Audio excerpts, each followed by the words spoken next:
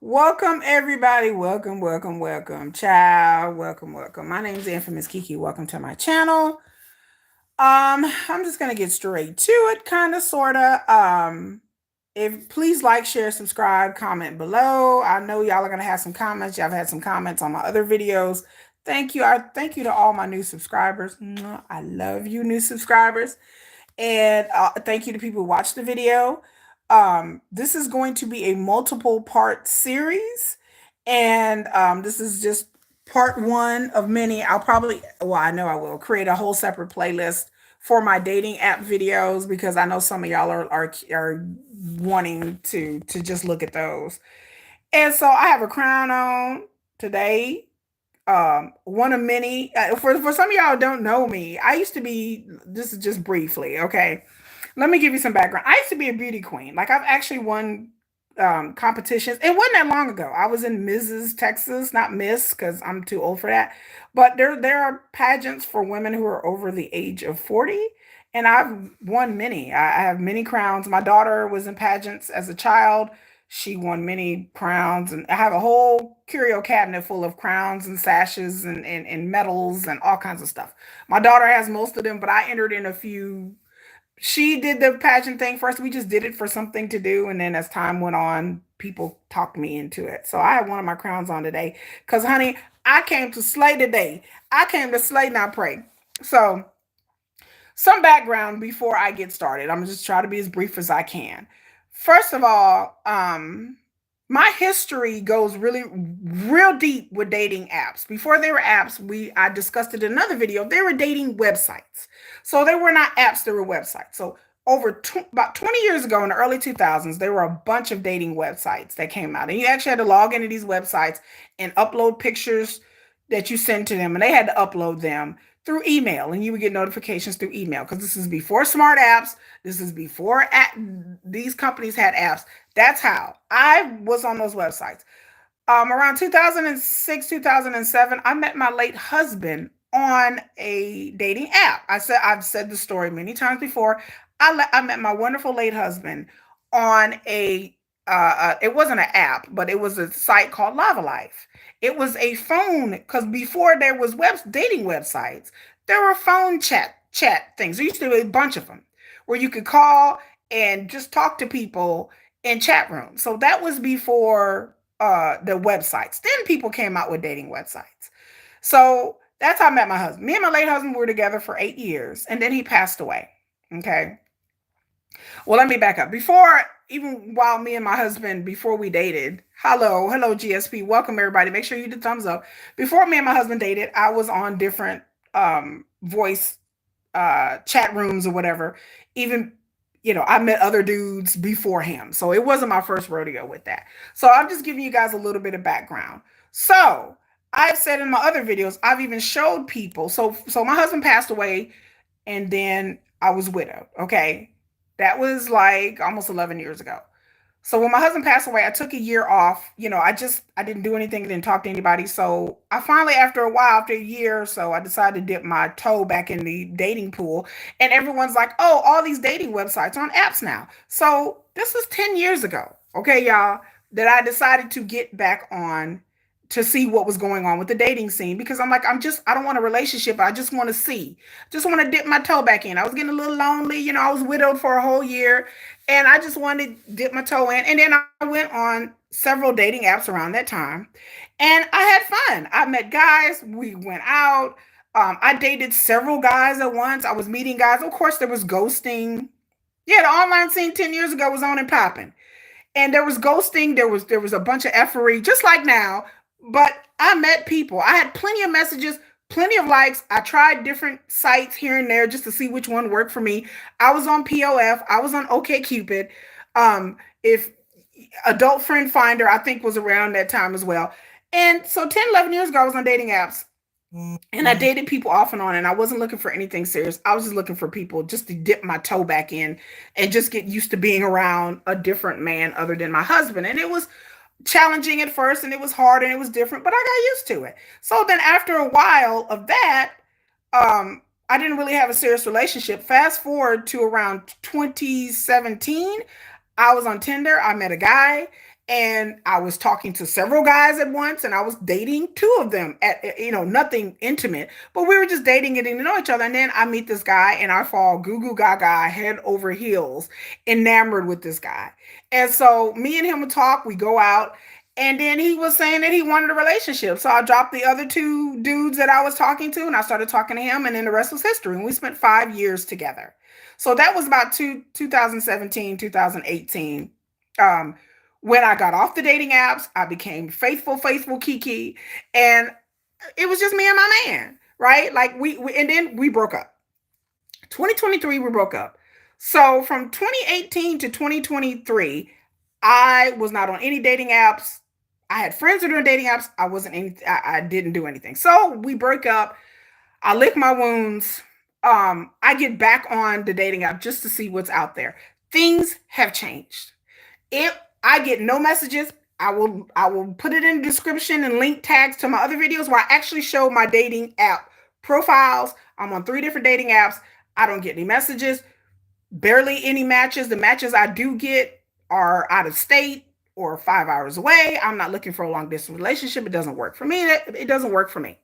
Yeah, I barely get any messages. Barely. I barely get any likes. I barely get any matches. A lot of times the matches that I have get, like I said, they've been far away or scams or people I know looking at their profiles. I know that they're fake. Why? I don't know.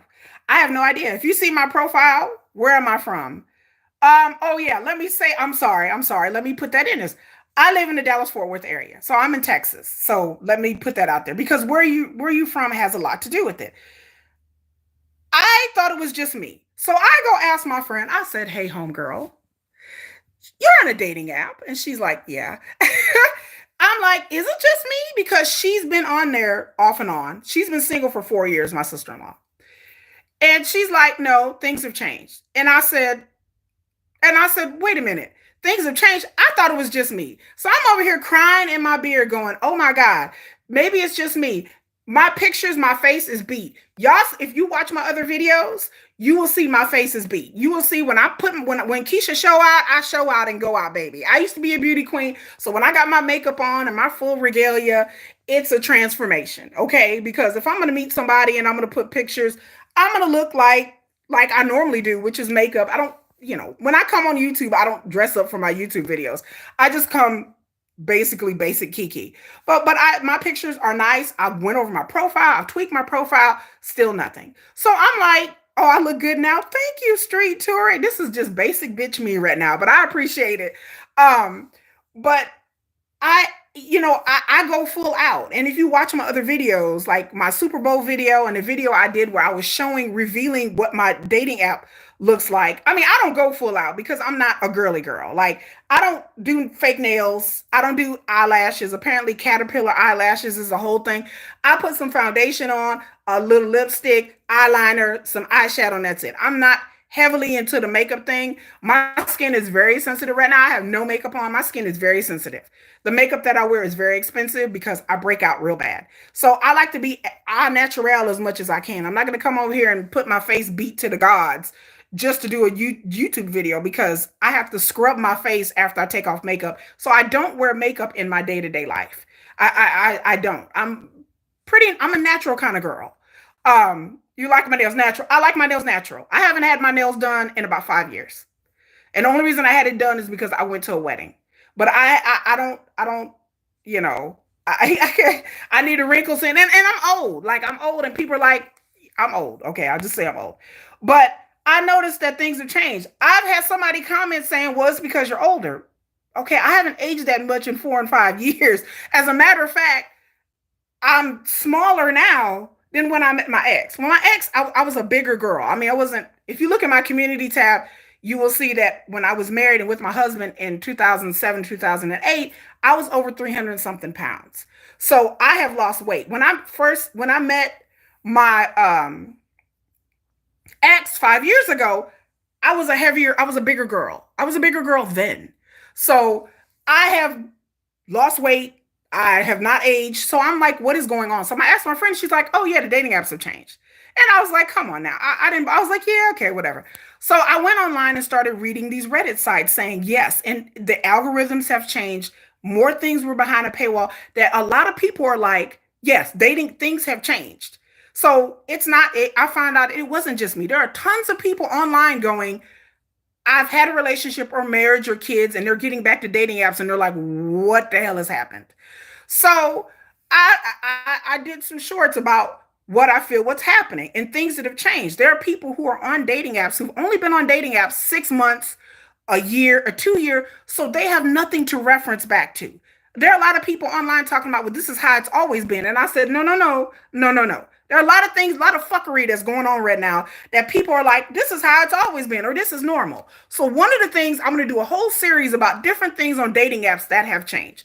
So, the thing that we're going to talk about today is kitten fishing. Because when I was on dating apps, this wasn't really a thing. So, what's a kittenfish? Everybody know what catfish is. Catfish usually is when somebody is pretending to be somebody else or using somebody else's pictures. That's a catfish. Catfish has been around a long time. It's been, 15 years people have been catfishing. Um, can you see my teeth? My teeth, I actually have braces. I actually have braces. So kittenfish, I look pretty teeth. Honey, I didn't spend $5,000 on this teeth because I have braces. And so anyway, why I have braces, not because my teeth was crooked, is because I had an extra tooth that they had to pull. And so I have braces for the next year. I had braces forever. Make sure y'all hit the thumbs up button. Kittenfish is a term used to online dating apps to describe the act of making oneself appear more desirable by using old or edited photos and inflated profile descriptions. Now, I looked this term up to see exactly when did this come into play. So I went on the internet, y'all. I researched this to see. The first time I see this term came up was in 2017. So right around the time that I was on doing dating apps, right around the time that I met my ex, the term started to pop up and people started to do this. So this has not always been around forever. I get online today. When I get online, there is so much of this that was not there 5 years ago.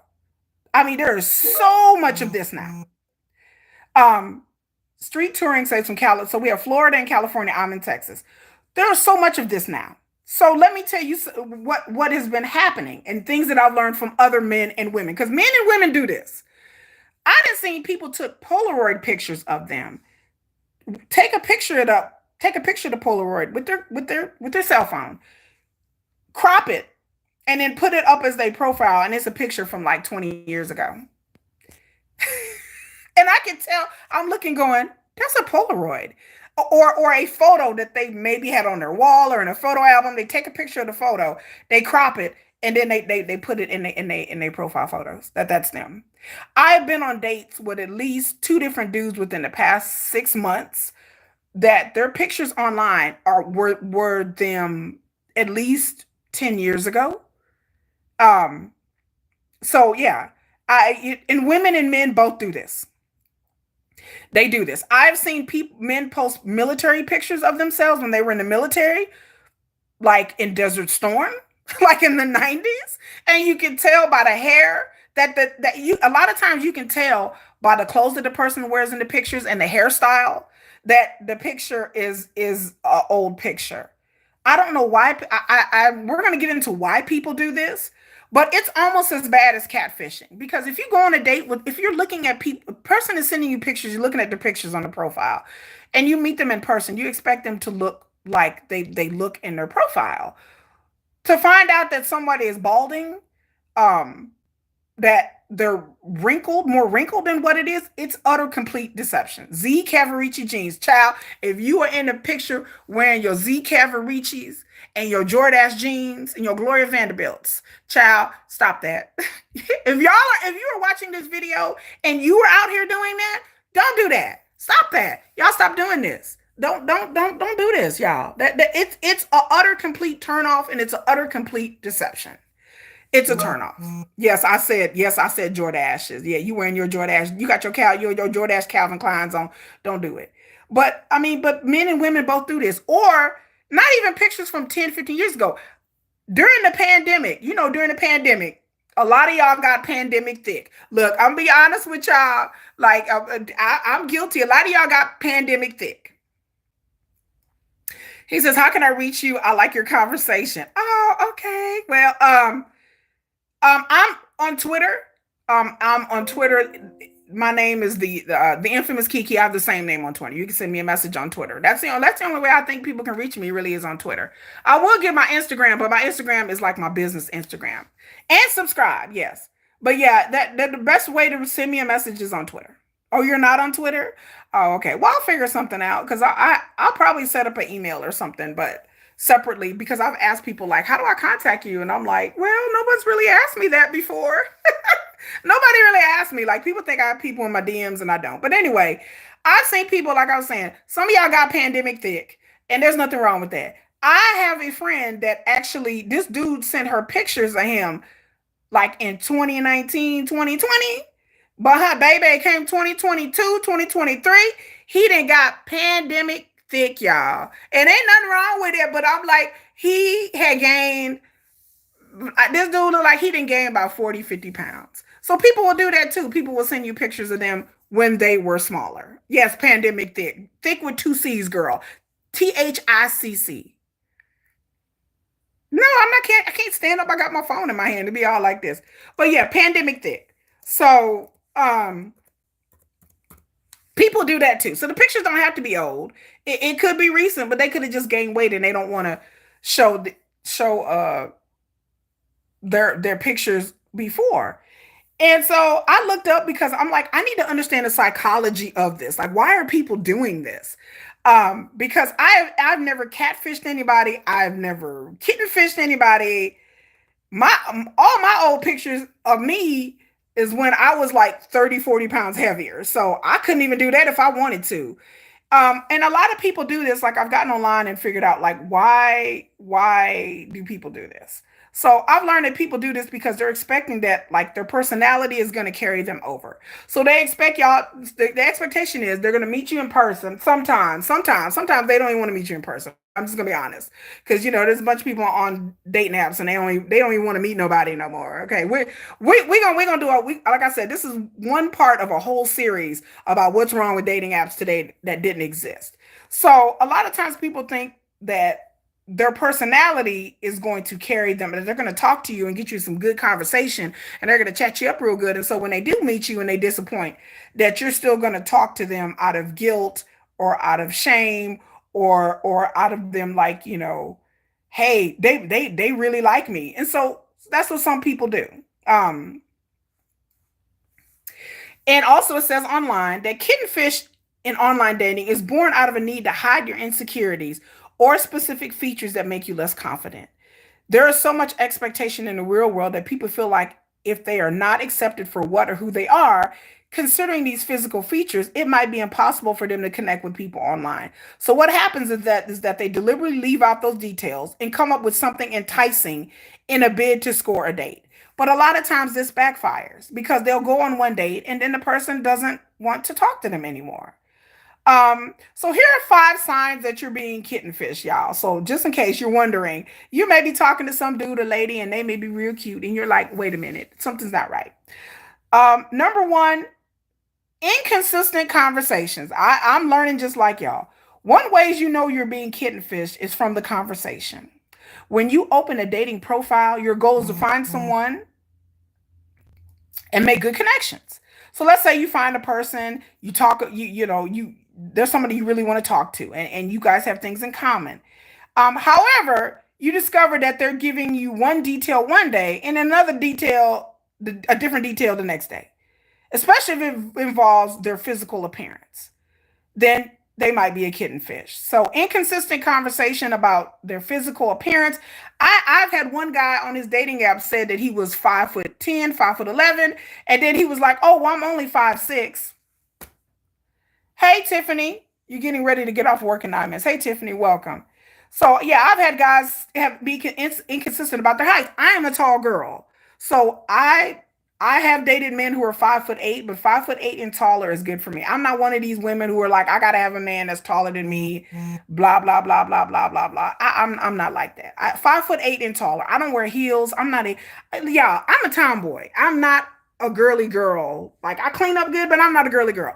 I don't own heels because I don't like heels. And number two, I don't own heels because I had debilitating back problems and I had back surgeries and I have I have screws and cages is in my back. Oh, that was real ghetto, y'all. But that's just true. I have screws and I have cages in my back. So me wearing heels is a no-go. So if you like a girl with heels, I ain't gonna be me.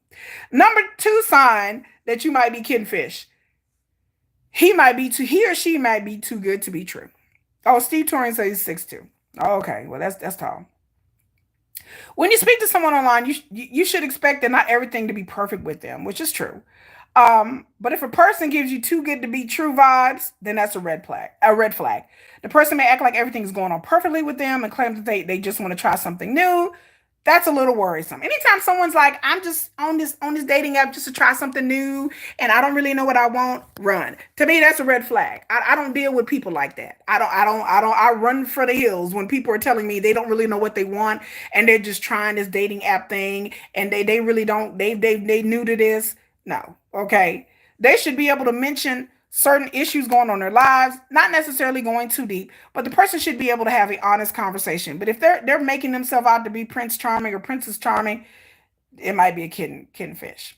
Number three, contradictory photos. Baby. Another way you can tell kitten fish profiles is by the photos that they post. Um, if a person uses different formats in their pictures, there might be something wrong. If they keep using a particular angle, or there's a difference in their complexion, or a different in their ages and their looks have drastically changed, then this person might be kitten fish. Now let me say this. Let me say the caveat here as a black woman. As a black woman, I have many photos and my hair has changed in all of them. So I have curly hair, I have dark hair, I have red hair, I have brown hair, I have light blonde hair. All my pictures are all within a certain 2 weeks or months. So depending on what hair color I wear or hairstyle, my face, the color, my complexion may look different. The lighter hair that I have, the lighter complexion you have, just being a melanated person. And then when I wear my hair all brown or all black, my skin looks darker. So I would just say that just depends on what kind of hair. If you're a black woman, then you understand that like as black women, we change our hair. A lot of black women, not all of us, change our hair a lot. I change my hair a lot. So just because the photos are different doesn't mean necessarily, but you're looking at the age, of the face. But with a man, I've seen men with the first two photos, they look younger. Then by the time you get to the ones at the bottom, they're full on like mountain man. Like they don't look anything like there's one dude I kept scrolling up and scrolling down, scrolling up and scrolling down. Cause I'm sitting there searching his face going, that don't even look like the same person. Like one photo, he looked nice and clean shaven. And then the other photos, and so I had to ask him, I'm like, so which one do you look like now? Because the top two photos I was attracted to, but the bottom photos, I was like, hell no. Okay. Love the glasses. Yeah. I don't normally, I wear glasses um, when I'm working, but normally I wear contacts, but I'm not going to wear contacts to do this YouTube video. But I don't wear, but yeah, I wear glasses most of the time. But yeah, the photos was weird. Like I was looking at the photos of the same person. Number four, intentionally ignores specifics. You can tell that you're speaking to a kittenfish. The person keeps ignoring specific questions. So if you start asking a person about their lifestyle, their body, their interests, and they keep avoiding it, then it questions their authenticity. It's true. It's not easy to open up with somebody online. I don't understand that. Whatever. That's what it says in this article. But before being led on, I would say to people, ask questions. When I'm on dating apps, I ask a lot of questions. Even I read a person's profile and then I'll ask questions that's on the profile because sometimes people will put things on the profile that don't match up. So I tell people, if you read the profile, you need to be asking the questions that are on the profile as well, because people will put shit on their profile and then they will tell you things and it don't match up. Like I would look at their profile and they'll say they live in one city, but then they live somewhere else. And I'm like, are you traveling? Do you not know what city you live in? What is happening? Because again, a lot of these dating apps, you can put your own location. You can put it doesn't, some of the dating apps pick up your location. Some of these people are traveling. Some of these people are truck drivers. I'm not trying to date a truck driver or somebody who travels a lot. I don't do long distance relationships. Again, that doesn't work for me. I need somebody that lives here locally where I'm at. So men online and scammers will try to play games with location. So they'll say one thing and then they'll say, "Oh, well, I'm just traveling, or I'm just visiting family or friends." Because you'll see on their profile that they don't even live here. But then they'll say sometimes in the message of the profile that they do live here. You understand what I'm saying? So people try to play games like that because they're looking for a hookup. And so you may be thinking somebody lives here. You may go on a date with them. You may sleep with this person, and then boom, they gone. And I have a friend that happened to her. The dude turned out he didn't even live here. He was here visiting family during the holidays. So it happens. So don't do that. Number five, unenthusiastic about physically meeting. This runs across the board beyond kitten fishing. Oh, you're a truck driver. Oh, baby. GSP. Oh, Tiffany says she's tall. I like men that are 5'6" to 5'10". I like men that are 5'8" and taller because I'm tall. I'm a tall girl. Um, so what we're saying, unenthusiastic about physically meeting. This is beyond catfish. This is beyond kittenfish. Physical meetings can become a big deal for someone insecure about their body. There is a fear complex that builds around them, and every time you bring it up on the first date, they aren't enthusiastic about it. Or better still, they show interest and develop cold feet a few days before meeting. If that happens on several occasions, you should rethink your friend relationship with this person. I'm going to tell you, you should. You should rethink, honey. You should run. Okay, let me gather around, kids. Gather around. I talked to a guy last year for about 4 or 5 months, and every time, off and on for 4 or 5 months, and we have never met in person. I stopped talking to him. Every time we would go to meet, and I'll be like, "Okay, we're gonna meet. Come."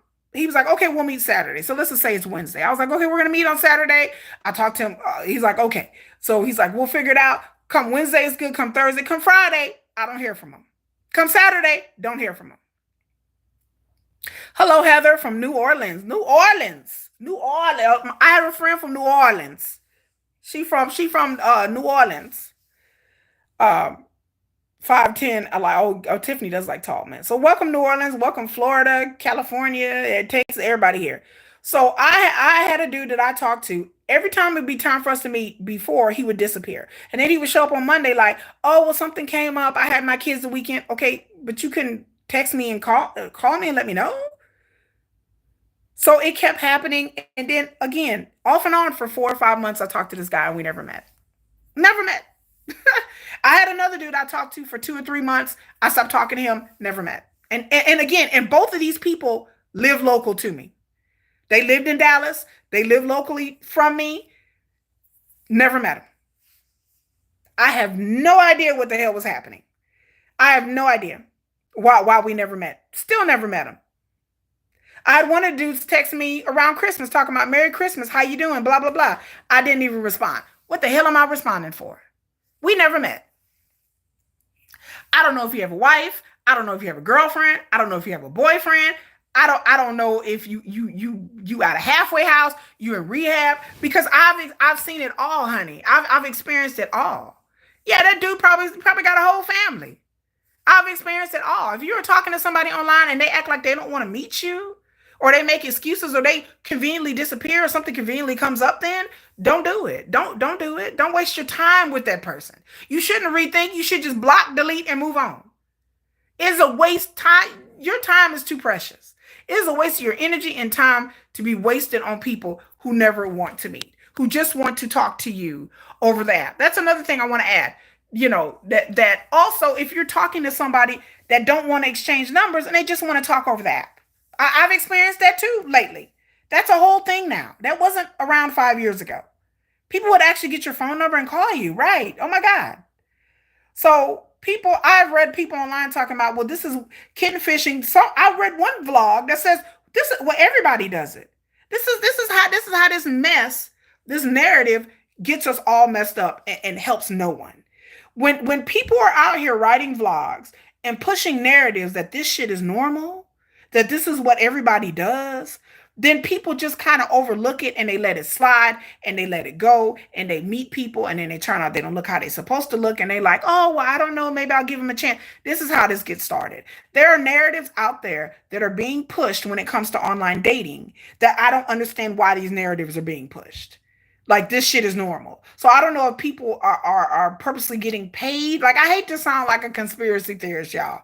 I really do. But some of these dating apps, like there are people who write about dating app conspiracy theories. Like I'm starting to become one of them.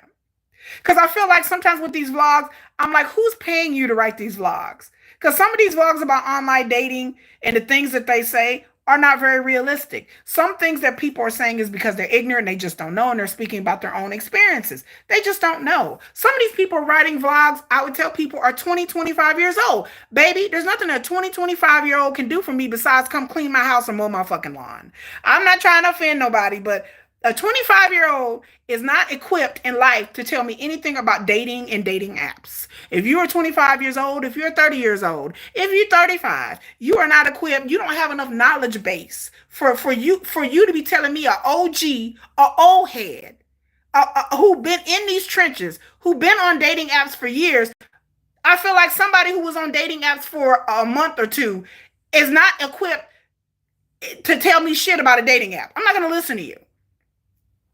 So I tell people out there, when you're looking for dating app advice, there are people writing vlogs, there are people with websites, there are people with YouTube channels that have never been on dating apps. They tried it for like a couple of months and they're giving people horrible, horrible advice. They're pushing horrible, horrible narratives that has nothing to do with that I'm just like, are you sure you're not getting paid by Bumble? Like some of these people, I'm like, are you sure you're not a influencer?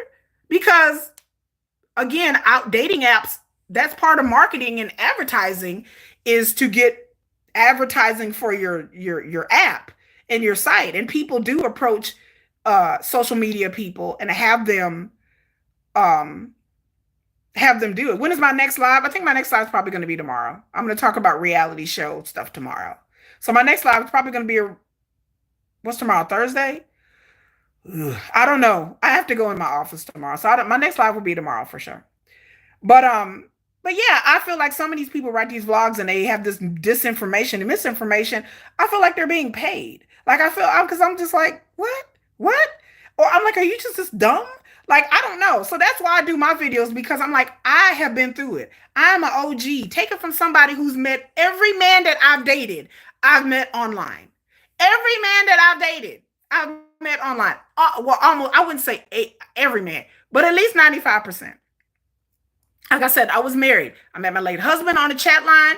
I met my ex for 5 years, and the dudes that I've dated in between them and before them, I have met online. So I know how the game goes with people. Now, these algorithms and these paywalls that these dating apps have done now, that's something I'm doing a deep dive in, but I know how it goes. But people are out there giving y'all bad advice. People are out there telling y'all things that don't even make no damn sense. There are narratives being pushed out there about older women, about older men, about about catfishing and kittenfishing, that this is whatever, about picture filters. Let's talk about a part of kittenfishing also is filters. There are women out there, a lot of women use a lot of filters on their profile pictures. Men do too. I've seen men use filters as well, y'all. I've seen men use AI. I'm going to do a whole video about how AI is going to wreck the online dating. So much bullshit out here. Yes. Do you wish you would have stayed married? My husband passed away. So my husband passed away. I wish my husband was here. I wouldn't be going through this right now. I had 2 kids. I didn't expect to be a widow. My husband was 9 years younger than me. My ex was 6, 7 years younger than me. But I'm going to do a video. I'm going to tell y'all how AI is going to wreck online dating. I'm telling y'all, it's fixing to be ugly out here. Ugly. Woo! AI is going to change the game, y'all. Oh, thank you. Yeah, thank you. Yeah, my husband was a great, wonderful guy. You watch my videos, I talk about my husband all the time. And I try not to talk about him too much because then I end up sitting here on this live video crying, y'all. And so my husband was a great, great man. Was a great, great man. My husband was a good man, a supportive man, a great father, a great provider. My husband was a good man, a sweet man. Well, I wouldn't say sweet. I wouldn't say sweet. Let me take that back.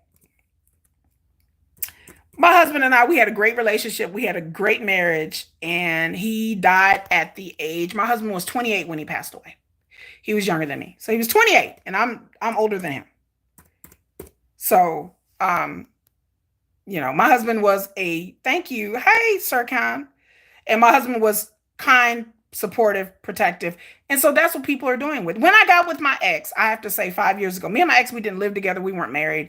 It wasn't like that. When I got with my ex, I was not looking to be in a relationship. I was just dating. I was on dating apps, dating, dating, dating. And then my ex was like saying that he wanted a relationship and thought, we should give it a try. And I'm like, yeah, we'll see. And I was skeptical. And then I fell in love with my ex and we were together for 5 years. And I decided to end that relationship because I should have never been in a relationship with my ex in the first place. He's not the man for me at all. And I have much love for my ex. My ex has taught me a lot of lessons about what I want and what I don't want in a relationship. So I thank my ex and I thank that relationship. And we had good times. We had a lot of good times. But towards the end, it was BS toward the end. And I will never in my life, never go through what I went through with my ex and being with a man where I don't feel loved, I don't feel appreciated, I don't feel protected. I will never. I don't care if a man lives a mile away. I better feel loved and I better feel protected. I mean, my ex didn't. He lived locally. But I'm just saying I won't be ignored. To be lonely in a relationship, I have to sum this up, is the worst thing on earth. And I experienced it. I was lonely in my relationship towards the end. I had a man that literally lived 40 minutes away from me where I felt lonely all the time. I felt like I was on my own with my kids and my mother. I felt like I was on my own. And I did not feel taken care of, even though we were together for 5 years. Like after 5 years, we knew each other. He knew me, I knew him. And I treated my ex very well. And my ex, he didn't dog me out. He wasn't mean, a mean guy, nothing like that. He was just very neglectful. But that paralleled him as a parent, I hate to say, him as a son, him as a brother, him as a person. My ex was very set in his ways. And I don't want to be with nobody like that. I need somebody who is energetic. My ex want to sit at home all day. I'm not a homebody. I like to go out. I like to work out. I like to do things, fitness. I'm very into my health.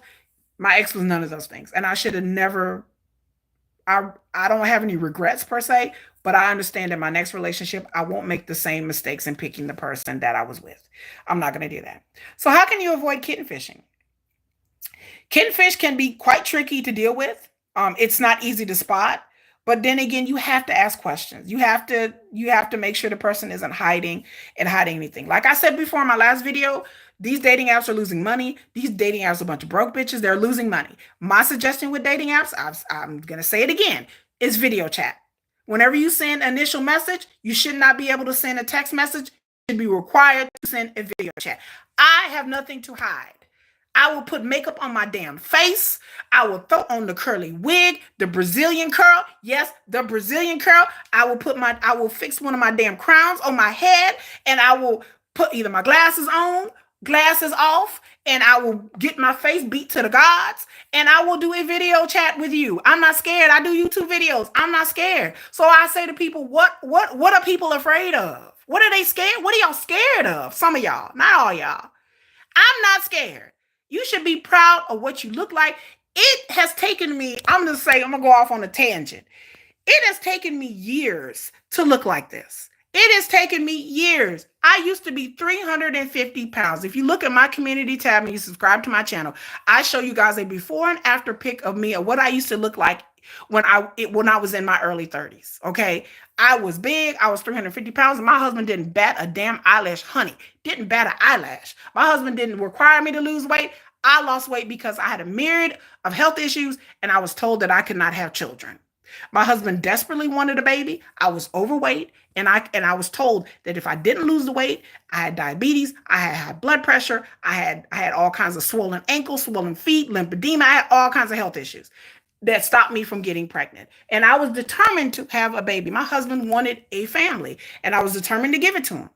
I have had a miscarriage. I have lost a baby because of me being overweight. And so I lost a bunch of weight. I lost a whole bunch of weight. I went from a size 26 and now I am a size 12 on my way to a size 10. Okay. I have worked hard. I eat right. I drink right. I use products to keep my skin clear. I work hard. Okay. To maintain, I'm old as hell. People try to bring up my age, has nothing to do with nothing. Baby, when I was on dating apps, I've dated nothing but younger men because dudes think I'm young. I'm almost 50 years old, y'all. My birthday is in June. Okay? 50. 50, y'all. 50. Okay? I've dated dudes. When I was, before I met my ex 5-6 years ago, I dated a dude that was 27. I have exes that are in their 30s now, their early 30s, that still call me, that still want to be with me, even though they might be married. But anyway, I'm dropping some tea today. But my exes watch these videos, you know who you are. Tell your wife and your kids I said hello. Anyway, I'm clowning today, y'all. But it's true. I have several exes that still call me. Like I tell y'all, I used to date a dude that was in a rock band. Before I got with my ex 5 years ago, I dated a dude that is a locally well-known rock band. And I would like to say hi to him too. Hi, boo. And he's 38, maybe 39. He's younger than me. So I like to say hi to him too. Hi, I have exes that come here. So I've dated all dudes younger than me. Has nothing to do with age. There are people are telling older women like, okay, I'm just going to get into this. I'm just going to say this part because this makes me giggle. There's a narrative online that older women like, all older men want younger women. I said, honey, older men want pretty women. Men and women want good looking people. That's it. I'm like, unless men have completely changed in 5 years, I doubt it. I doubt seriously that the whole population of men in America have all of a suddenly changed somehow. That somehow men have changed. Men have not changed that dramatically in 5 years. Like they haven't. So when I was 44 years old, 5 years ago, you mean to tell me that all these 30-year-olds I was dating, all these men who were in their 30s, they knew I was older, and guess what? They didn't give a shit. My exes still don't give a shit. They like, Kiki is fine. Like, Kiki, she give good top. They're like, oh my God, she's gorgeous. Like, it has nothing to do with how old I was. I was in my 40s then pulling dudes in their 20s and 30s, and I'm now almost 50, still pulling dudes in their 30s. Has nothing to do with that. All suddenly men just, we want a bunch of young women. Baby, I got from 6 to 60. I done had all kinds of men message me. I've had 60-year-old men, 30-year-old men, 40-year-old men. Baby, please stop that narrative. Older ladies, you older women out there, some of y'all is looking good. Some of y'all don't look y'all age. Some of y'all are good looking. Some of y'all are educated. I don't care if you black, white, Asian, or whatever. There are some beautiful, beautiful women out here that are older. And people always say I look younger. People think I'm in my 30s. It depends on what you look like. It depends on what you look like. I tell people out there, men like pretty women. That's just it. Men like good-looking women. That's it. It has nothing to do with age. If you look good and you aged well, it has nothing to do with that. Did you hear about Charlemagne the God from the Breakfast Club? Yeah, I heard that he called Risa Tisa a big bag. I said about that. I said, honey, there's skinny, beautiful women out here doing the most and doing stunts and tricks and flips for men. I've seen it. It has nothing to do with you being a big girl. When I was a big girl, I pulled dudes when I was a big girl. So don't nobody tell me nothing about being a big girl. When I met my late husband, I was a size 20 when we first met. I had nothing to do with anything. I lost weight because I needed to lose the weight. When I met my ex 5 years ago, I was like a size 16. So I'm a size 10, 12 now. Nothing to do with nothing. It's nothing to do with it. Your weight has nothing to do with your self-esteem and how you feel about yourself. That's the stupidest thing I've ever heard. There are women out there who are beautiful, who are attractive, and get cheated on. We all know Beyonce got cheated on, y'all. We all know Rihanna been cheated on. Has nothing to do with what you look like. Has nothing to do whether you get cheated on or not, or whether you stay. There are women I know who are gorgeous who stay with men that ain't shit. Nothing to do with that. It has nothing to do with how big you are. There are men out there who are big men who got confident, who got swag, who pull women like it ain't nothing. There are women out there who are big girls who run circles around me, baby, when I was younger. Matter of fact, I pulled more dudes when I was a big girl than I do now. Yeah, it's what's in the person's heart. It's a person's self-esteem. I'm gonna say it again for the people in the back.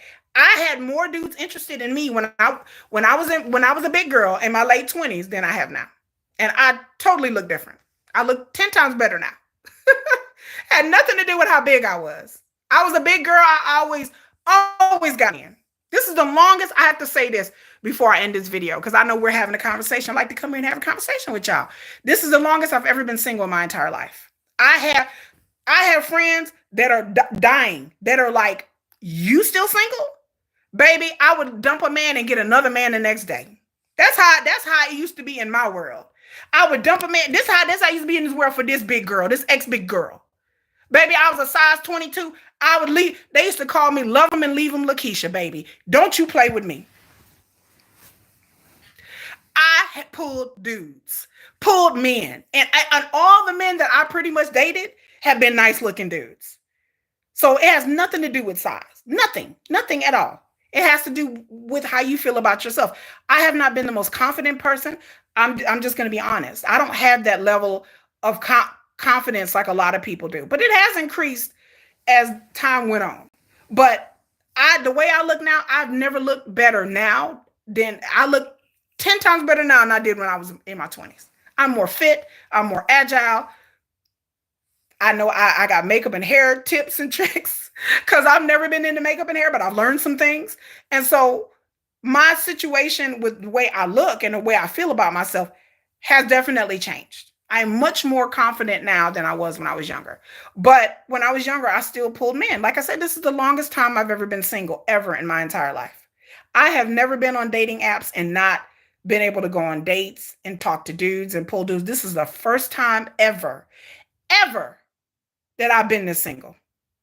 Ever. My friends are like, they are dumbfounded. They like, we know something is effed up with the dating apps when they're like, yo, OG ass is single. When I say single.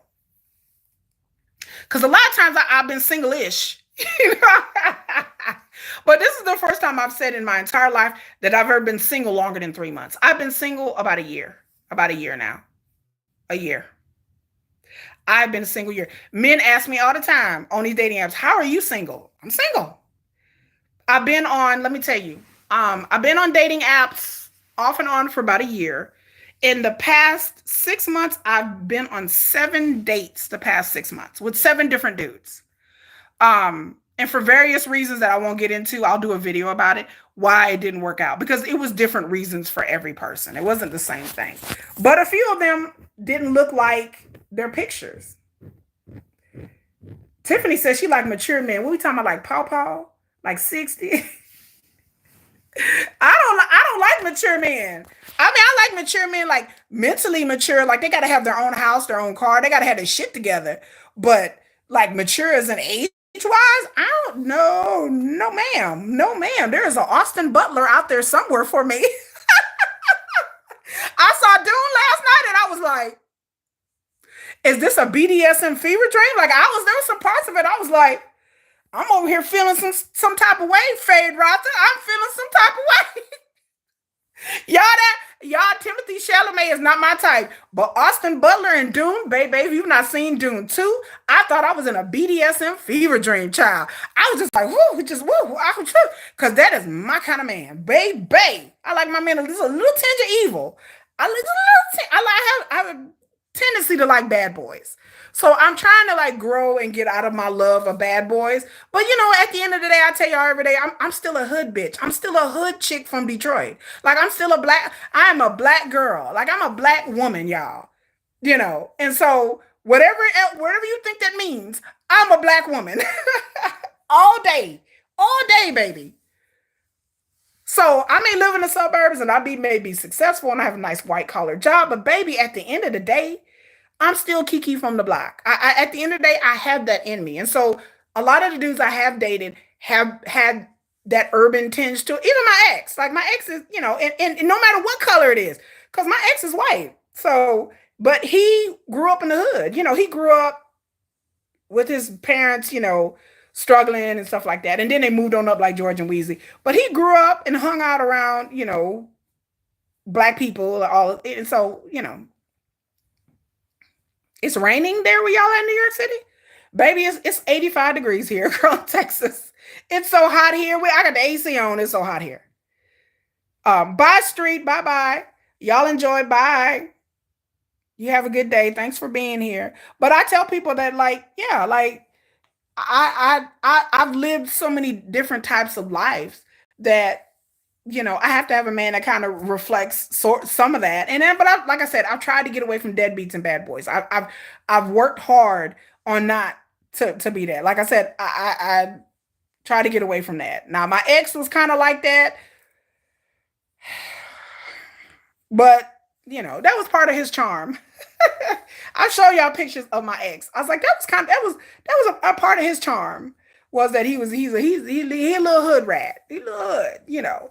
But dating apps have changed. So that's my video about kitten fishing. I just want to come on here and we have a talk and we chop it up and we have a conversation and tell y'all don't get got, because I didn't got a few times with dudes.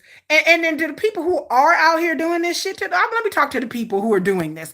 If you are kitten fishing or using lots of filters or trying to hide what you look like, please don't. Know that in the end, being truthful will save you time and you will save the other person's time. Like, don't be out here trying to hide.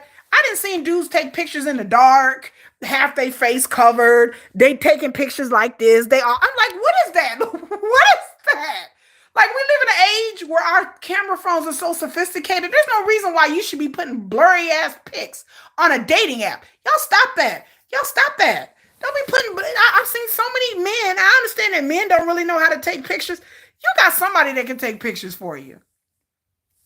So don't be up here trying to trick people, because y'all putting up blurry pictures and pictures in the dark and pictures in this angle and they up here like this. Like, stop that. Be happy with who you are, and if you're not, go on a mission of self-improvement.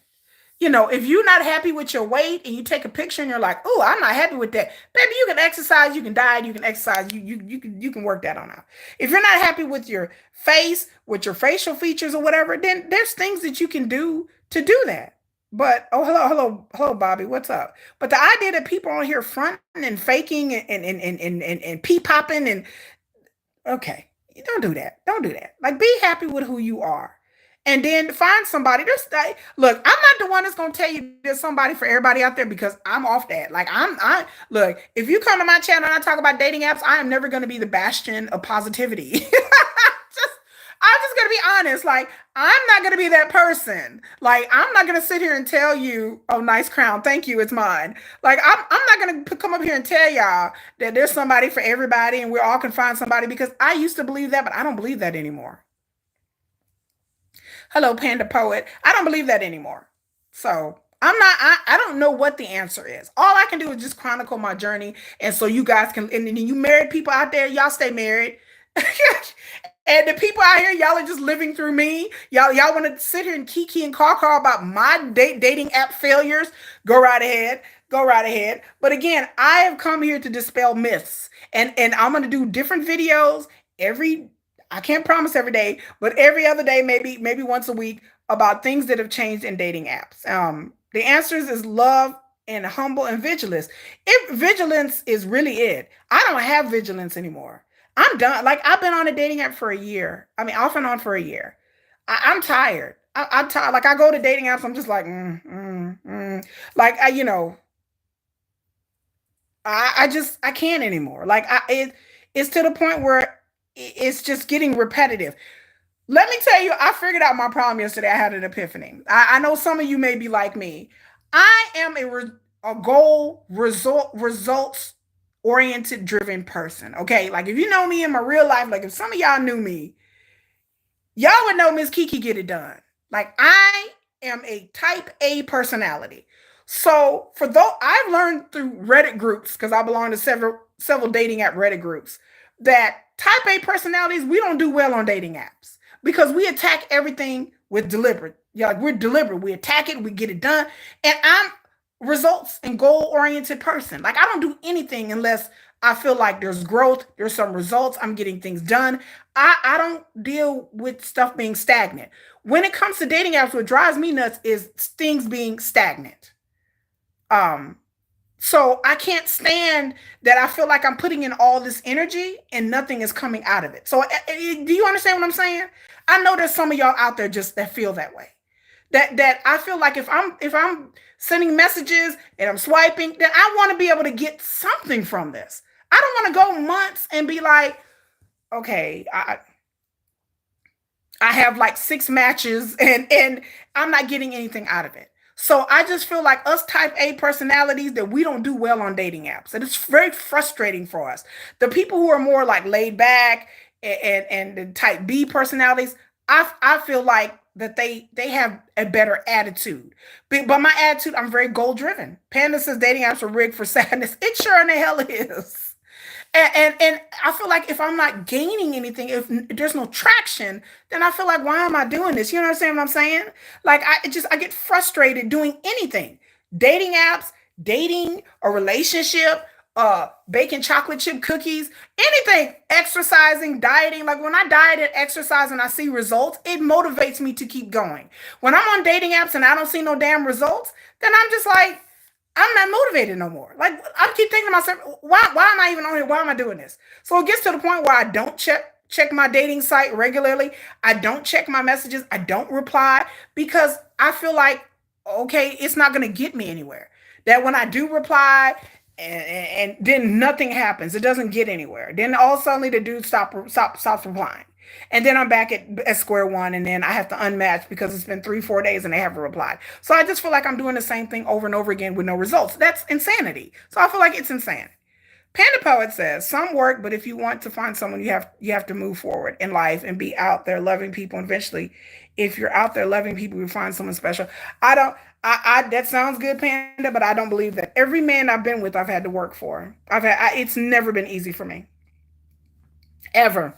Like I said before, my late husband, I met him online. All the dudes I've been with, I've met them online. Now it wasn't this hard. Like I met dudes online, just like it was. But it's never been this hard. It's never, ever, ever been this hard. It's for me to meet somebody ever online. And then I said in my other video, I'm going to try other means. Like I haven't done speed dating in over 10 years. I haven't done a matchmaker ever. I haven't done a meetup group. So maybe, I should try something different because the dating apps is not working and they've always worked for me in the past. And that's what frustrates me the most is that this has worked. I'm like, this is not working. It's not working. Nothing good is easy. Oh, I know that. I'm a hard worker. I trust me. Anybody understands that. I understand that. I've worked hard all my life. Nothing has ever came easy. I get frustrated when people get online talking about women have it easy on dating apps. I get angry at that because I'm like, it just depends on the area, depends on what you're looking for, depends on who you are. Like all the factors between dating apps and people try to say that everything applies to everybody. It does not. Um, Oh, church? No, no, oh, no. You didn't say the C word, baby. I don't do church. I don't do religion.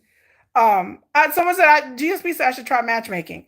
I might. I mean, I might pay for it, but it costs money, and I'm kind of like it's an investment. It's an investment. And then, like I said, there's other things about me that y'all don't really know. There's other caveats in my dating stance that y'all don't really know. And like I said, I did a short and I will talk about it because I've experienced a lot of racism and hatred that I have never experienced online. I'll do a whole video about it.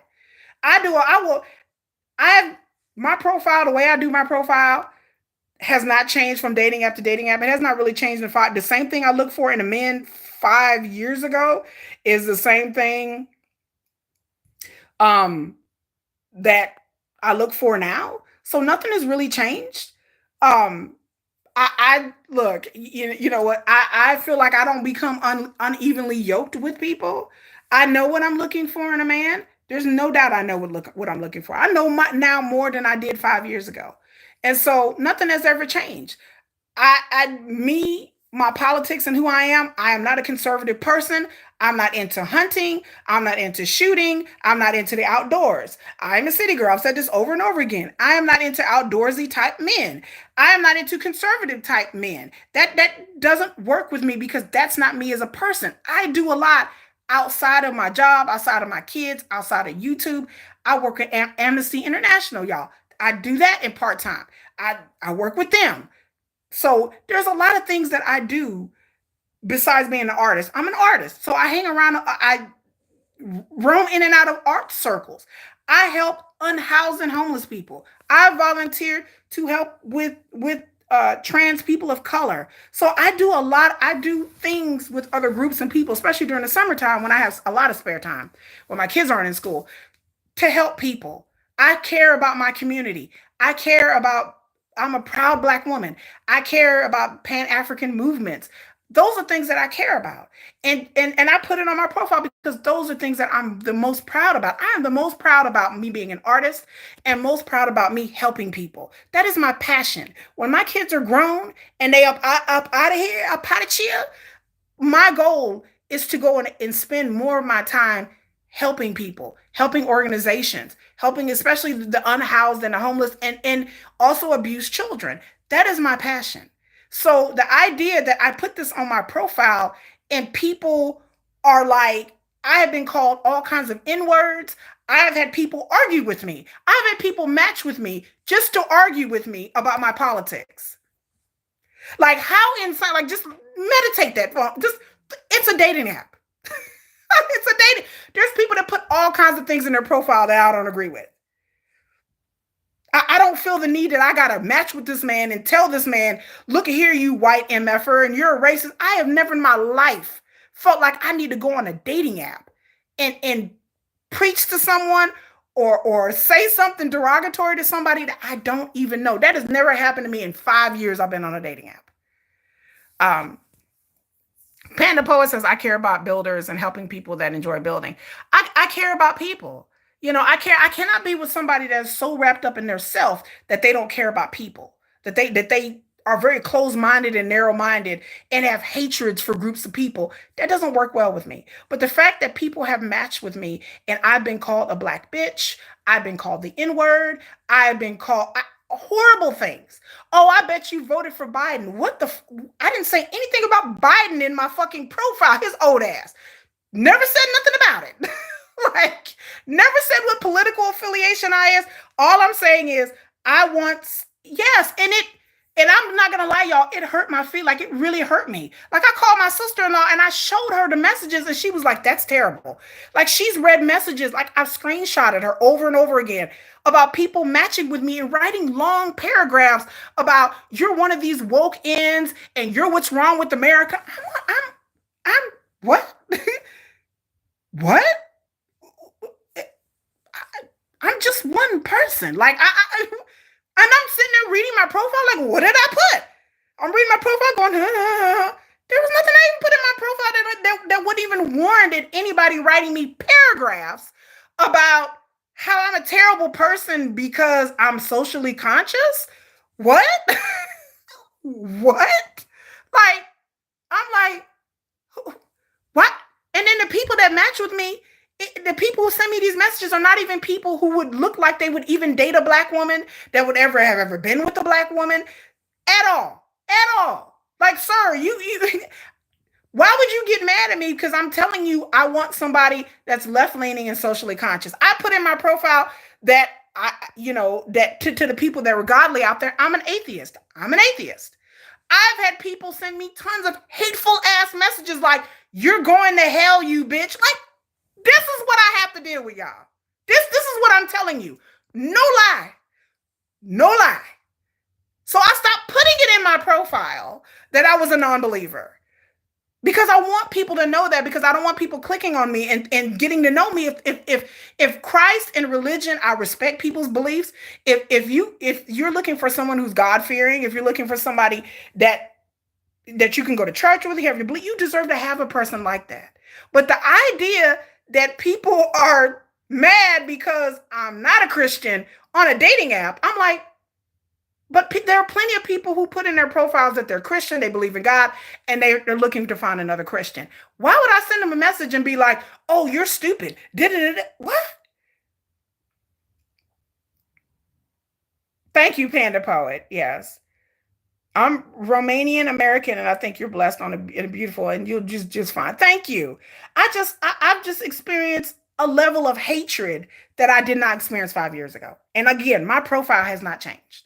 I put the same, so I stopped putting it in there.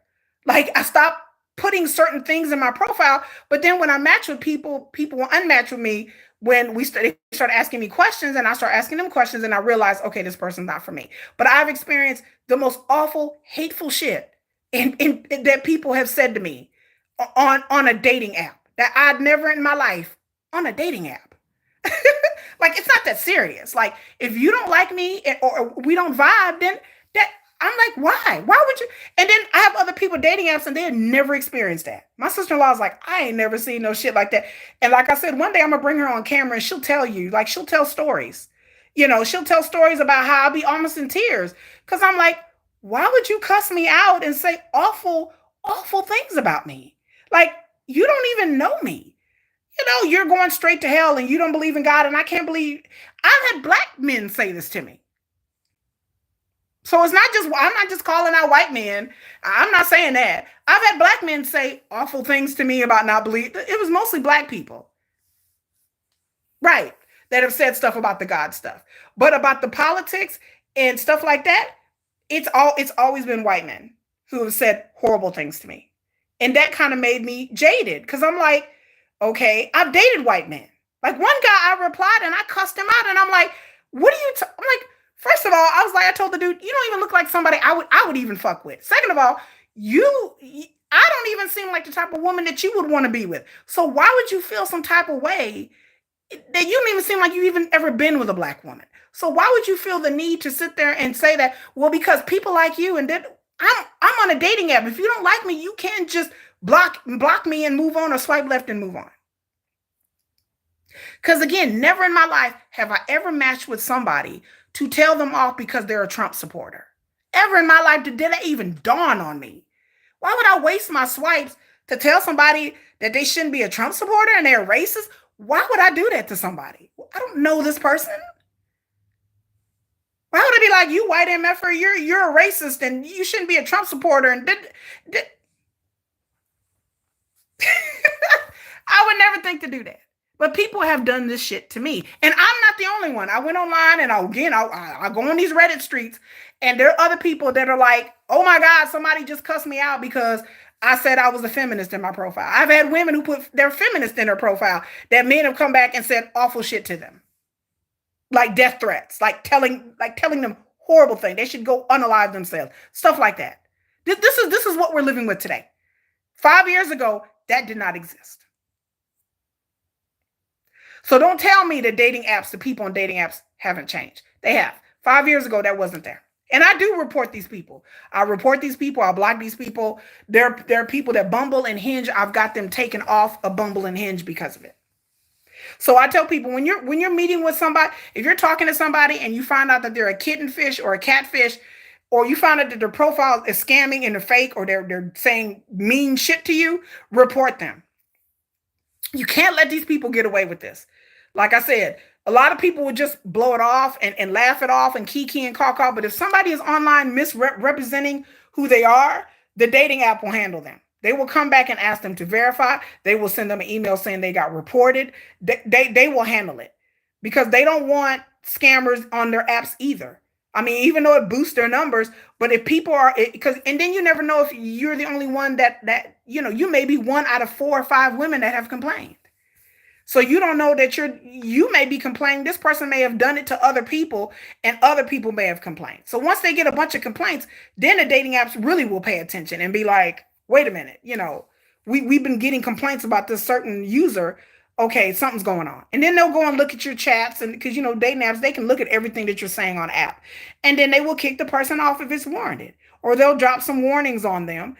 And a lot of times the person will delete their profile and move on. Hello, fabulous me. So I tell people, report these people. Y'all, that's what y'all need to do. Y'all need to stop I used to let things slide. I used to be like, well, I just unmatch and block and move on. No, I report these people now. I don't let things slide. There's no reason to. I will report you. F around and find out. If you see me on a dating app and you want to come say some bullshit to me, I will report you. Quickly in a hurry. Report you. And like I said, people have allowed to get away with this because they haven't been reported.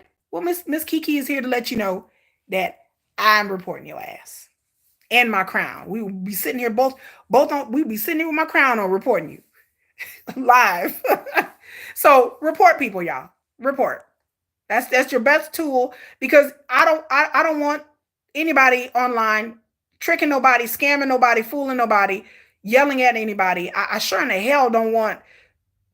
Because there's some sick people on these dating apps now. There's some sick people out here. They're sick. There's some people that got anger issues. They hate women. They hate themselves. They hate their mama. They hate their kids. And they just come on a dating app and they just feel like they can say anything to anybody. Don't do it. Get these people kicked off. And then they have to start their profile. Let them start it all over again. Oh, well. If I see them on there again, I'm going to report them again. So don't let me find it. Just like my comment section. If any one of you mofos want to come up in my comment section trying to say some shit, baby, I will read you for filth in my comment section, bitch. I will read you for filth in my comment section. I read all of my comments and I will read you. It seems like after 2020, people got bolder. Something happened after I got off of dating apps in 2017. Something happened after 2017. I don't know what happened. So, this video is about kittenfish, but I'm going to do a whole series of videos talking about other things that I've noticed that have changed and that has made the landscape rockier for us, men and women. And it's not just women. It's not just women. Men and women out here. All of us are struggling. And I don't want to struggle no more. I'm tired of I'm over the dating app. Like, y'all want to know update. I'm over the dating app thing. Like, I'm so over it right now. I'm so over it. Like, I barely even check my messages. Everyone and they're allowed to be fake because the dating apps allow them to be fake. Because the dating apps, they want to get their numbers up. They want to prove to look how many members we have and look how many people are online right now, even though 50% of them is fake.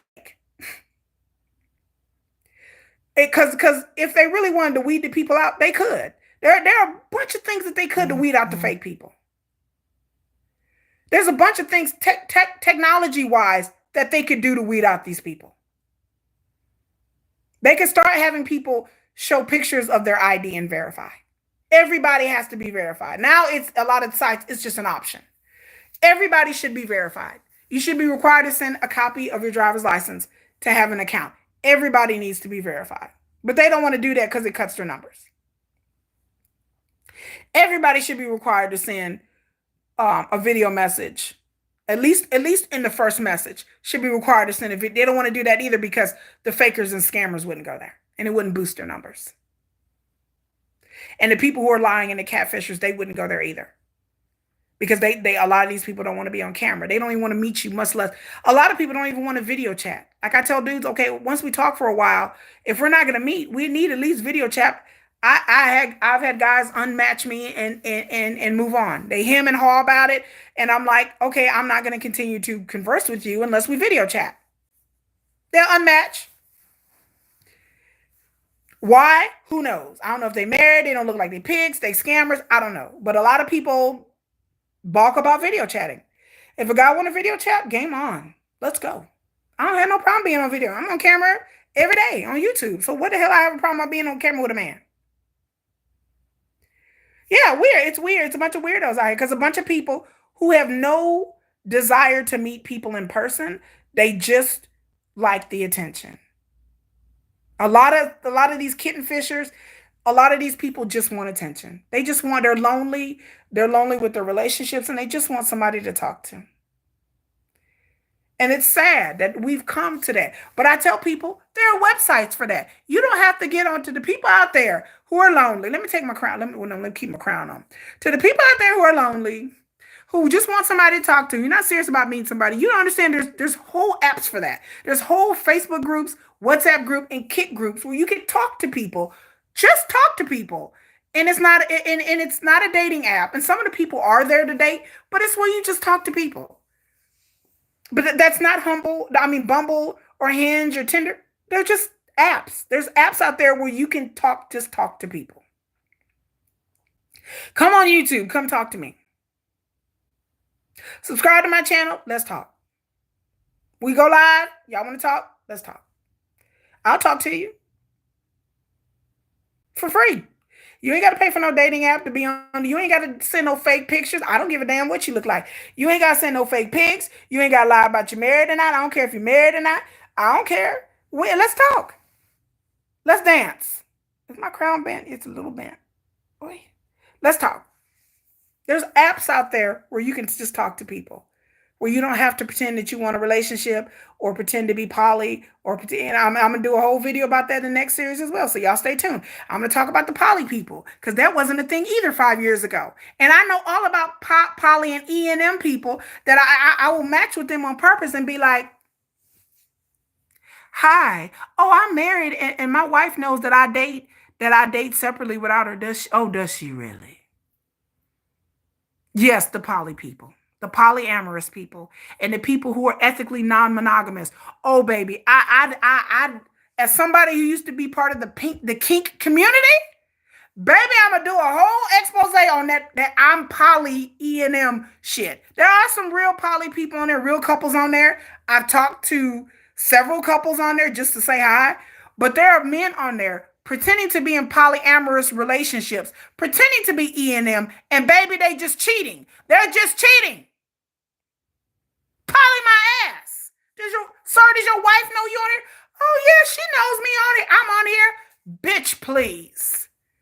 They not even in a poly marriage. They not E&M. Their wife doesn't even know they're on there. They'll post pictures of them hugged up with their wives saying we're a couple, and then you end up just talking to the man. So, sir, where's your wife at? Where's she at? Can I talk to her? Can we get her on the video? Okay. Well, she's not around. She at work right now. Bitch, please, get out of my face with that. And they be tricking y'all because y'all don't really know what poly and E&M is. I do. They tricking y'all. They just want to tell y'all that they married. So when they do get you and they'll say, well, we'll just have sex first. And then they get you and then they disappear. I know people that has happened to. So I'm going to do a whole video about the poly E&M hustle that men are saying that they're in poly marriages and relationships. And they just using it just to get in your panties. And then disappear. These men out here, they lying and they tricking. And 5 years ago, that too wasn't a thing. There was not, and I tell them, you do know they have whole websites and apps for people who are poly. E&M is ethically non-monogamous, which basically means that them and their wife date people separately. They don't date people together. Usually poly means that they're looking for a third. They're looking for somebody to add to their relationship. E&M, you see a lot of that now, where men are like, oh, my wife knows I'm on the dating app, but we date separately. But she knows I'm on a dating app, and we have it's what you say an open marriage. These men are not in open marriages. These men are tricking. They in a marriage, but they're saying that they date separately, but then they're not. Because again, I've had 2 friends that got caught up in this shit. And it was some drama. Yeah, they want a side chick, but they're trying to pretend that their wife is okay with it. Because a lot of times people, let me tell you, a lot of times people don't want to be a side chick Because they're like, well, what if your wife finds out and then, it's drama? Then the chick gonna call you, they find out, it's drama. But if a man tells you, oh no, there's no drama because she knows that I'm dating you, then you're kind of like, well, I guess if she knows that I'm dating you, I guess it's okay. That's how they get you. Fabulous me said, I found I'm in an open marriage. It would involve me opening the door for him to leave. Right. And a lot of times these men say they're in open marriages, and they're not. They're not. They're just a way to reel you in because, like I said, a lot of women are very hesitant to get involved with a married man, period. But they're really hesitant to get involved with a married man if you know that the wife is going to find out and she might kill your ass. Just saying. She might come for you. You know what I'm saying? So you'd be scared to get involved with somebody like that. But then if he's telling you, well, she know, she know, oh, she know about you. She cool with you. My wife says she think you cute. I showed her a picture. Oh, okay. Then you be dating this mofo for 4 5 months, and the next thing you know, some chick is gonna show up at your door talking about, uh, you messing with my husband? Who are you? Oh yeah, you the wife. Oh hey girl, next thing you know, a fist gonna knock you dead straight in your mouth. That bitch gonna knock you out. That bitch gonna knock you out, honey. She gonna show up at your job, find out where you work, be standing outside your job by your car, and the bitch gonna knock you out. And y'all, she gonna throw it on you and get the paws put on you because this man lied to you, saying that his wife knew about you because they date separately and they ethically non-monogamous. I said, oh, is that a thing? And oh yeah, we're in an open marriage. We're in an open marriage, child, please. I'm gonna do a whole video and how a lot of these poly E&M dudes, they also on there looking for men too, child. A lot of these E&M poly dudes is bi. So not only are they on the dating app talking to women, but they're on the dating app looking for not only a girlfriend, but also a boyfriend. What? Telling truth today. That's what happens. Because a lot of them are looking for men and looking for women as side chicks and side dudes.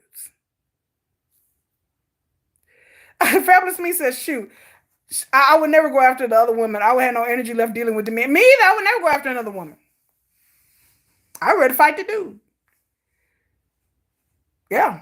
I fight. Yeah. So that's what's happening. That's a brief overview of what's happening with the poly shit. Because a lot of people online is confused about that. And I just be on Reddit sites giggling because people be telling stories about how they get wrapped up, caught up in drama. I read it all the time. Oh, the wife called me. Oh, the wife showed up at my house. Oh, the wife cussed me out. Oh, the wife keyed my car. Oh, he said he was poly. Then they broke up, and then he tried to go back to her, and then he tried to go back to the wife. Like I didn't seen so many different tales about these E&M and these poly people, and they shouldn't be on a regular dating app because there are apps for poly people to find a third. There are apps and groups for E&M people. There are apps out there. So these people that are getting on these major dating apps and talking to single people who are not in this lifestyle is disingenuous. And I have told a few of them where they could go with that. Because I just wanted to see what reaction that they would have. Because a lot of people don't know what poly is, don't know what E&M, and they don't hang around those circles. I have. Miss Kiki will tell you, I have. I used to be, again, a part of the kink community. I've hung around swingers. I've hung around polyamorous people. I've hung around people who are in open marriages. I've hung around all these people. I know where they go. I know what websites they go. I know what language that they use. And these people, when I've talked to men and I'm like, really? Really? And the language that they use and the things that they say are not even the things and language that E&M and poly people would even say. That's how I know they stunting and they faking. And I figured out what the scam was. I have talked to some poly people and they were very nice and they used the lingo of poly people. So I understand that they were really in a polyamorous couple. But these E&M men who are claiming they're ethically non-monogamous, don't believe it. Don't fall for it, ladies. Don't fall for that. Because there's a bunch of them online right now. Bunch of them. Like every other man. I'm like, what is with this? They are not in open marriages. They are screwing around their wives and they want you to let your guard down because they want you to be the side chick without knowing that you're really the side chick. They want you like, There's a wife and you're the girlfriend. No, you're the side chick. And he's probably talking to 4 or 5 other women and men. They're probably talking to women and men. They're looking for a side dude and a side chick and a wife.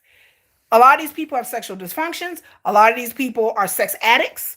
A lot of these people are liars and cheaters, and they'll lie about everything. And they're not going to be honest with you about their marital relations and their marriage situation. If you are not talking to the wife, if they tell you you can't talk to the wife, run. Because if they are in a real open marriage, then most of the how it goes that they're required to tell their wife that they're dating someone or they're trying to see somebody. So the wife will know. The wife should have no problems in calling you up and being like, I'm the wife. Hello, it's okay. If they are not doing that, if they are not putting that wife on the phone, not a text, not putting that chick on the phone, you are not in an E&M relationship. That you're a side chick. If they're like, no, and they him and her make excuses, Anybody in an E&M relationship knows that the wife is going to know anytime they start dating somebody or dating an outside person, they are required to tell their husband and wife that they're dating somebody else. It is a requirement. That's how it goes. That's how these things work. Ask questions. Have you told your wife you're on a dating app? Oh, yeah, they'll say that. Then once you start talking to them, have you told your wife that you're talking to women? And then you meet them. Maybe you go on a date with them. Have you told your wife you're going on a date this weekend? Are we going to see each other? Oh, yeah, I told my wife. Or sometimes they'll be like, no, she doesn't require to know that. No, you're not in an E&M relationship. The wife will be required or the husband will be required to know that they're going on a date. Because where else are you telling your wife you're going? So you're lying to your wife saying, does your wife even know you're going on a date with me? No, she don't. That's not an E&M. So you're lying to your wife about going on a date with me, but yes, she's okay with you dating outside the marriage. That makes no damn sense. Don't fall for it, ladies. Just I would need a signed permission slip from the other woman before I made it. Right. And again, I've been a side chick before. So, I told y'all, I said being a side chick is the best thing ever. All the perks and none of the headache. Being a side chick is the way to go. I will be a side chick. I ain't scared. But in order for me to date a married man, like he had to be really cute. Like in order for me to dip in with a married man, he had to be well, first of all, and for me to date him, period, he has to be cute. But he has to really be cute for me to date a married guy. Or he has to be giving off a lot of gifts or something. But I don't really care about that.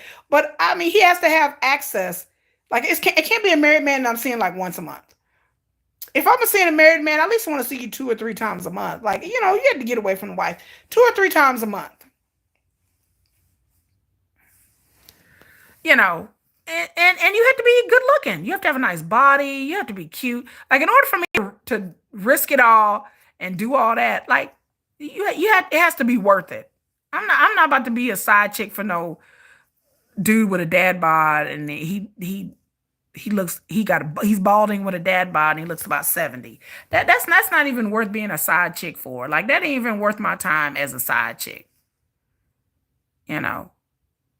But being a side chick was fun. I liked it. I miss my married guy sometimes. I do miss him. And we knew each other ever since we were teenagers. So it wasn't like he was just some dude I met off the street. We dated and then he got married and had kids and then we dated again. But I had to end it because he was trying to leave his wife and trying to get divorced from me and I didn't want him to leave his wife. I was like, oh no, we ain't doing that. He was going to leave his wife and get a divorce. I told y'all the story. He was going to leave his wife and get a divorce and everything. And I'm like, oh no, I wasn't trying to be his wife at all. I ain't trying to be no man's wife. Marriage is not for me. I was married. I love being married to my late husband, but I'm not looking to marry anybody. I have kids. My kids are youngish. My kids are under the age of 14. And so I don't know. It's not for me. But, I feel like I had a relationship for 5 years with somebody and it worked out for good for me. And so, sorry, y'all, I'm trying to reach this thing to pick it up, and I got it. So, marriage is not for me. It's not for me. If you're looking for marriage, then, you let them know up front that's what you're looking for. I let them know up front. I'm not looking to marry. I sure in the hell ain't having no kids. I'm too old to have children. I could still have kids. I'm still fertile, but I don't want to have kids. I'm too old to be running around here. I'm trying to get these kids up out my house. I'm trying to go live in another country somewhere. We got our passports the other day, and I told kids, I said, we are out of here. We're going somewhere during the holiday season, Is 8 of y'all in here? Make sure y'all hit the thumbs up button, please. And I just want y'all to be safe out here. I tell y'all all the time. I said, if nobody loves you, Kiki loves you. I love y'all. And I want all of us to be safe. All of us single out there, all of us single ladies and men who are out there dating, I want us to be safe. I don't want y'all to be tricked on. I don't want y'all to be giving money to nobody. I want y'all to be safe. I love y'all. I care about y'all. I care about my subscribers. Especially, the single people out here who are out here just trying to find love. Like we ain't trying to hurt nobody. We just trying to find somebody that loves us and cares about us and is going to be honest with us. And that just seems very simple. But in this day and age, it just seems like it's harder and harder to find. So like I said, I don't know what the answers is for us. I don't have answers for you. There are plenty of people online talking about they have answers and they know what to do, and they can tell you what to do, when to do it, how to do it. I'm going to come here and say, I do not have the answers for us. I don't. I'm not going to pretend. I'm not trying to sell a book to you. I'm not trying to get you to buy something from I don't have an elixir. I don't have a drug. I don't have anything that can save us. Because I'm in this water just as much as I'm muddling around in the pool, floundering, flapping my arms just like you are. I don't know what the answer is. I really don't. Like I said, I'm going to try to do more things that are not online. I'm going to try to do more things that are in real life, and then I'll come back and report to y'all what's happening and what's going on. I'll tell y'all what's going on. But that's the best. But I can only do, I'm a busy woman, And let me tell you something else. Wait. Hold on. I had somebody post on a video. They were like, well, dang, you could at least dress up in your video. So let me end this with this, y'all. If you don't know me, if you're new here, I am a working parent. I have a full-time job. I have a laptop computer right here. I work from home. I have a large home that I have to clean. I have a backyard that needs to be weeded. I have laundry to do. I have to cook for my 2 kids. I live a very busy life. I do not get paid to do my YouTube channel. I do my YouTube channel as a labor of love. I come here and I talk to you fine people because it is my outlet to vent. It is my chance to get to talk to grown people. And I don't have that many friends. So I come here because I want to be here and I have to be comfortable. I am not going to come here and put makeup on and put on hair on just to do a damn YouTube video. I love y'all, but I'm sorry. I'm not that motivated. To me, the whole reason why I do YouTube videos is because I get to sit back in my bed and I get to be comfortable and talk to you guys like I'm talking like we just girlfriends. We family. We just sitting around talking. So it's a conversation. I don't come on here and do a presentation and all that and dress up and do all that. Not unless I'm going somewhere. Then I do it. But I just come on here and I be here casual just to have a conversation. So I don't come on here and flex. We're just having a conversation. We're just talking. So, and I like to be comfortable. And then, I tell y'all all the time, I gotta come in here in a damn full ball gown with makeup on. I'm not gonna do that. I have to be comfortable. I tell y'all, I just in case y'all don't know, y'all new here, that I report live from my bed in my bedroom. Why?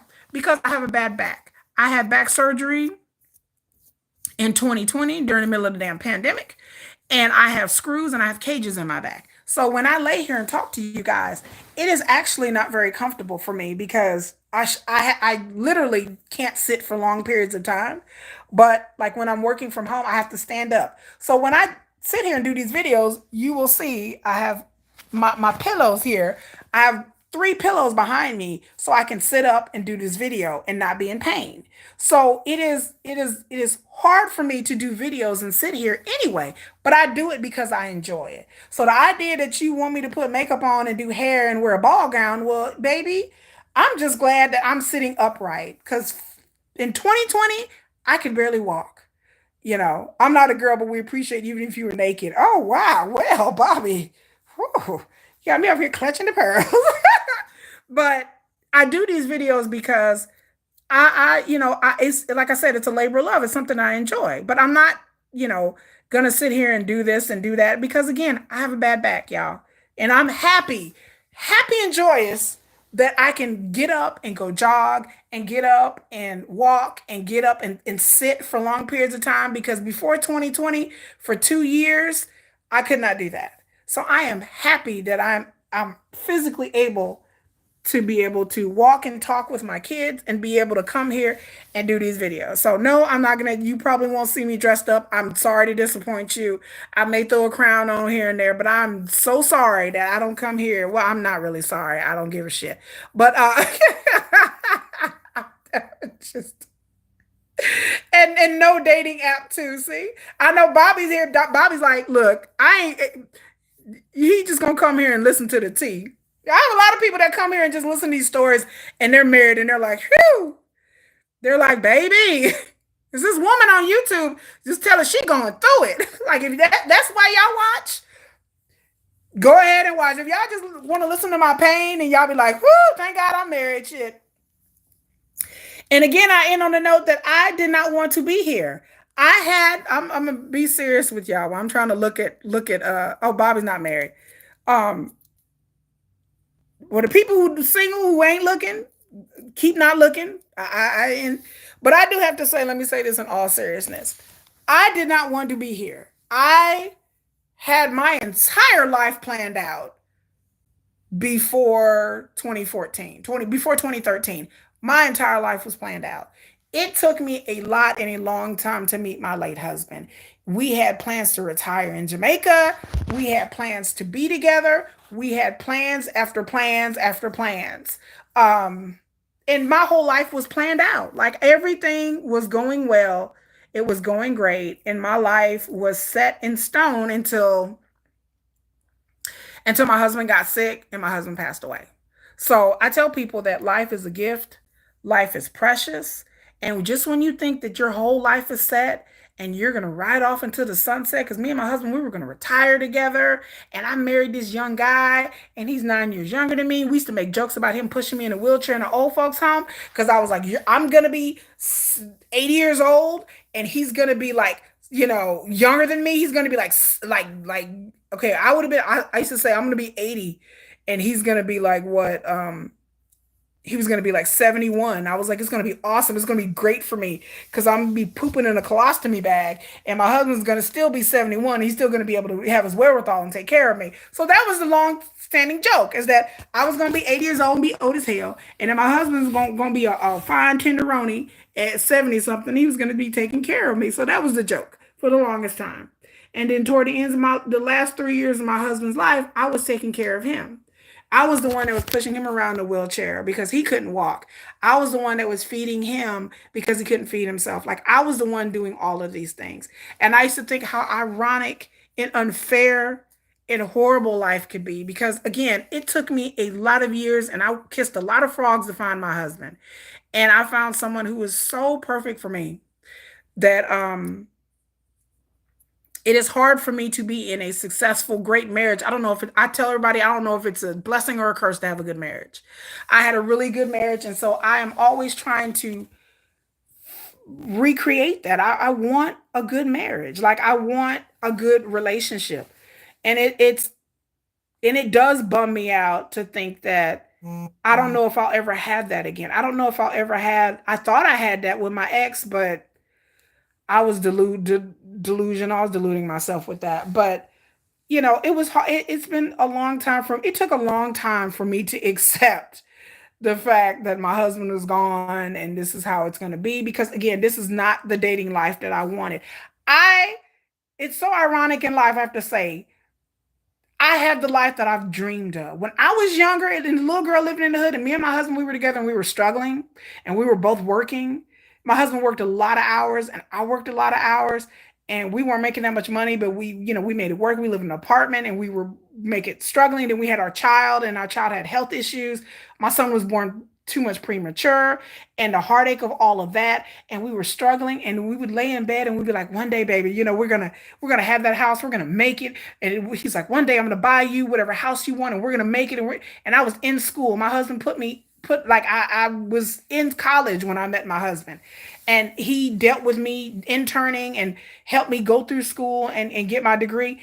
And we were like, one day we're gonna vacation. And through all of those things, I was like, we're gonna have this nice house. And we did have a house, but it was like a starter home and it was an older home.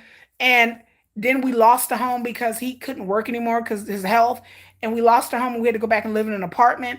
Like all the things that we went through and we would dream about us being financially solvent, I have that now.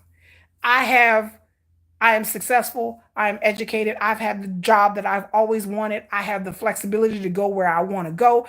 I have enough financial stability and enough investments to do whatever I want to do. The pandemic was very good to me in my businesses. The pandemic was very good to me. Very, very good to me. Like, I don't know, the pandemic, and people are like, oh, COVID. I was like, woo, it was a good time for me. Baby, it was a good time for me. But financially, it was a good time for me. No PPP loan though. It ain't because I gotta pay. I ain't get no PPP loan. But all the times I spent struggling all of my life financially, I finally have the life that I've ever wanted. I can go and do whatever I want to do. I am thin. I have, I always wanted to be a size 10. I'm that. I've always wanted to, have a nice home, brand new house. I have that.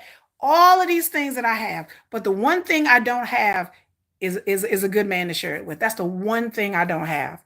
So I find it very cruel sometimes that my life is so good. I always wanted to be an artist. I never believed in myself. During the pandemic, I became an artist. During the pandemic, I became an artist. I'm a celebrated artist. Like if you knew my name and looked me up, there would be me all over the place. I have artwork all over the world. This is my dream that I wanted. I always wanted to be an artist and a journalist. I always want to have a social media channel. I have that. If my husband could see me now, he would be like, that's my girl. But to have all of this and have him not here, it is the ultimate cruelty. And I'm gonna cry. It is the ultimate cruelty. Because the life that we talked about is the life that I'm living. But the only thing missing is that my husband's not here. My mom's not here. So through all my success and everything, um, I just hate that I don't have someone to share it with. And I thought I had that, but I didn't have it. And like I said, every time I talk about my husband, I get emotional, y'all. And it's never gonna stop. That's never gonna change. Because I talk about my husband, I always get emotional. Like my kids will ask me, about their father, and I get emotional. Then my kids are like, oh, because I'll start crying because you know it's been a long journey. It's been a long journey. And like I said, I'll stay single forever. That's fine because I'm not going to settle for somebody that's not worthy of me to share a life with. I have my kids, I have my friends, I have my lazy ass cat over here. I'll do it. You know, I haven't been healed. I will never heal from my husband's death. It is something that I will never get over. The cruelty of it all, the shock of it all. If y'all even knew, if y'all even knew that my husband went from an agile, able 20 something year old to not being able to walk, to being in a coma. My husband was in a coma for 2 months during Christmas time and came out of a coma and he couldn't walk. And I was with an 18-month-old going, what am I gonna do? Like I had pulled strength from places that from the ancestors, honey, from the ancestors. And to deal with beyond my husband's physical health deteriorating, his mental health deteriorating that people don't talk about when people get sick, to see my husband's personality change and to experience everything that I experienced with, it was so cruel. And I used to tell myself, I spent all my years finding this man. He's the man of my dreams, the man I wanted to be with forever. And my husband was the man of my dreams. And to have the man of my dreams cruelly die at 28 years old, and here I am stuck going, well, okay, what do I do now? Like, where do I go? What? And then here I am in my late 30s. I'm like, I'm in my late 30s. What? Like, what? I'm 30. I'm old. Wait a minute. He's 20. Wait. My husband's gone. And here I am in my late 30s. Like, what? I'm a widow in my 30s? What the hell am I supposed to do now? I'm almost 40 years old. How am I supposed to start over? I got 2 babies. That was the ultimate kick in the teeth. And it took me a long time not to be bitter, be a bitter bitch about it. But now I'm just like, I'm sad about it, but I'm not bitter about it. I just moved on. And then, like I said, when me and my ex got together, I really thought this was it. Like I really didn't found somebody to, not take his place, but somebody that compliment me completely. Someone that I can be with, somebody I can grow old with, and this is it. And I thought that was it, and baby, that was not it. I can laugh about my ex. Like my ex, I just giggle. Y'all know my ex. Y'all didn't heard him on here. I just giggle about my ex because it's just, it's just a non-issue. I just giggle. And I know my ex loves me in his own way, but he's got too many issues for me to deal with. And I just don't want to deal with them. Even though we did go on some dates, y'all. Does that count as dating? Because me and my ex went on some dates. Does that count? I don't think that counts. Or maybe it does. But that didn't work. So I just, hopefully everybody out there just understand that we are on this journey together. And I didn't mean to stay this video for very long, but hey, here we are. And I need to get my ass back to work. Y'all see me looking at work, like I'm looking at my computer screen at the same time while I'm trying to do a YouTube video and work and look and read email at the same time. But I hope you guys have a great day. Tomorrow, I'm going to come back and do a live video. Oh my God. I'm going to talk about reality shows. We're going to talk about all the stuff has gone down with these reality stars and these reality shows. Baby, I look, lately there's been so much drama that I don't even know what to do with the reality shows anymore. There's been so much drama lately, sadness and drama, and people getting threatened, people unaliving themselves. Like, what is going on with reality, with these people on these reality shows? Not the reality show themselves, but what is going on with the people on these reality shows? Like, what kind of people are they hiring to be on these shows? Like, there's been so much drama lately. So I'm going to do a video about all the drama that's happened lately. And what does this mean for reality shows and the people that they're picking? So we're going to talk about that tomorrow. But anyway, I just come on here to say hi.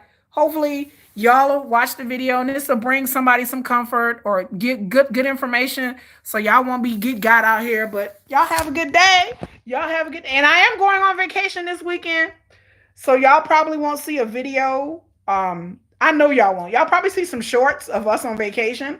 But between Friday and Monday or Friday and Saturday, I won't be here. I'll be out of town. It's spring break here. So it's, well, not right now, but next week is spring break, but we're leaving on Friday. So you won't see a video. You'll see some shorts, but I know you won't see a video. I can't do a video with my kids here. My kids don't know I have a YouTube channel.